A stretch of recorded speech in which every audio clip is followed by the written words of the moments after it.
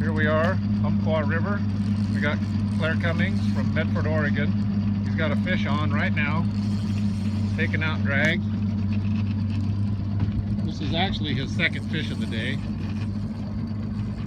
We're bobber dogging.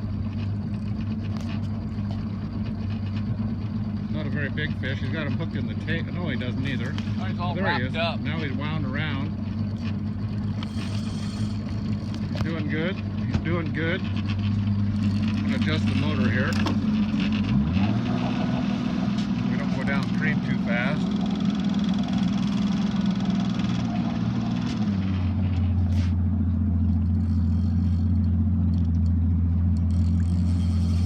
We'll have to send a video off to Pete.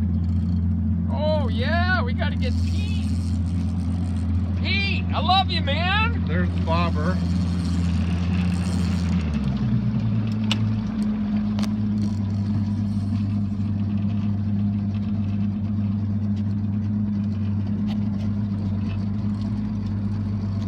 Okay, I'll get the net, come back here and net it. I'm going to stop the video.